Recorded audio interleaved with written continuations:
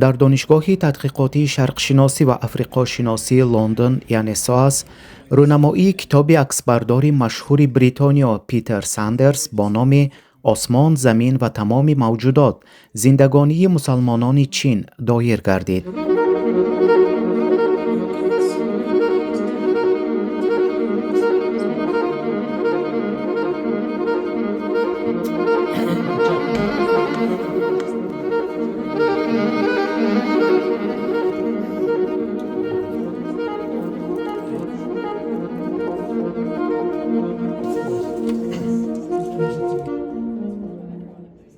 پیتر ساندرز سال 1946 در لندن به دنیا آمده است. او فعالیت عکاسی خود را در میانه‌های سالهای 1960 آغاز نموده بیشتر چهره‌های صنعتکاران مشهور جهانی را عکسبرداری می‌کرد. در سالهای 1970 پیتر ساندرز به عالم معنوی اسلام توجه ظاهر نمود. سال 1971 باشد او دین اسلام را قبول کرد. در همان سال ساندرز امکانی در موسم حج به مکه زیارت کردن را داشت و او از این فرصت استفاده برده مقدسترین جایی را که تمام مسلمانان جهان را در یک منزل سرجم می کند عکس برداری کرد.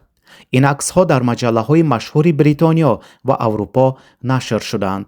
پس آن پیتر ساندرز در سراسر جهان سفر کرد تا با عالمان و عارفان دین اسلام ملاقات کند و سیمای آنها را به نوار گیرد. این عکس‌ها و خاطره‌ها را او بعداً در کتاب با نام ملاقات با کوه‌ها به نشر رسانید. پیتر ساندرز که برای خط 500 مسلمانی با نفوذترین جهان شامل شده است، در طول فعالیت عکاسی بیش از 55 ساله خود زیاده از 500,000 عدد رسم گرفته است. نگاه نکرده به آن که در روز رونمایی کتاب او خیلی فرصتی کم داشت، به یک چند سوال‌های ما پاسخ داد. I spent 25 years on this project. من به این لایحه 25 سال حیاتم را بخشیدم. به چین سفر کردم از سال 2000 تا سال 2011 در مجموع 4 مراتبه. وقتی که آنجا بودم با تحقیقات مشغول شدم و سپس طرح کتاب را آماده کردم. برای نشر کتاب سرمایه لازم بود. وقتی که مبلغ لازمه را جمع کردم چنان خسته و بیمدار شدم که نمی توانستم به تبلیغ کتاب مشغول شوم. بنابراین به من باز 1 سال دیگر لازم شد تا قوت خود را برقرار کنم و به مردم درباره تاریخ چگونه به چین آمدن مسلمانان را شرح دهم.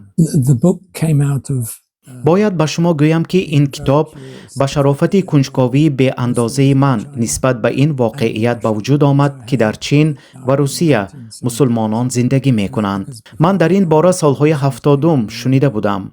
تا آن وقت گمان می کردم که مسلمانان اصلا از عربستان هستند و نمی دانستم که آنها در چنین جایهای دوردست به مثل چین و روسیه نیز امور به سر می برند.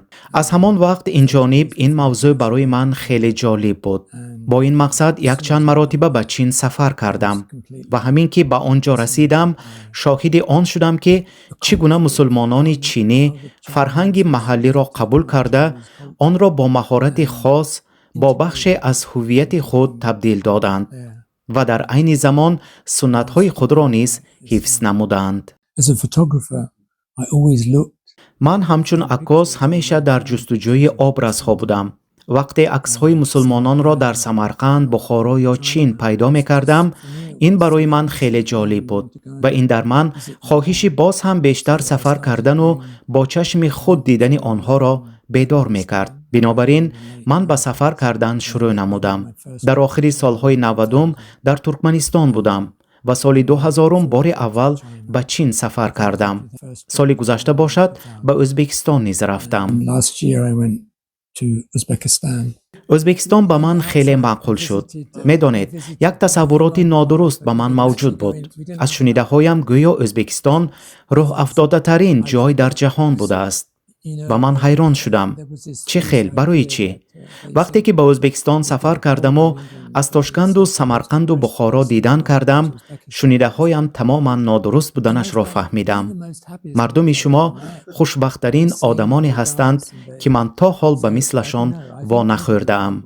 مهمان نواز، گشاد چهره، صمیمی و عادی. ما از بخارا و تاشکند دیدن کردیم. وقتی که به مسجد امام بخاری رسیدیم، نگاه نکرده به آن که آنجا کارهای بازسازی می رفت، به ما اجازت مخصوص دادند، به شرطی که من یگان عکس نمی گیرم. این سفری کوتاهی ما بود در ازبکستان، تقریبا 9 روز، ولی با یک جهان تأثیرات برگشتیم.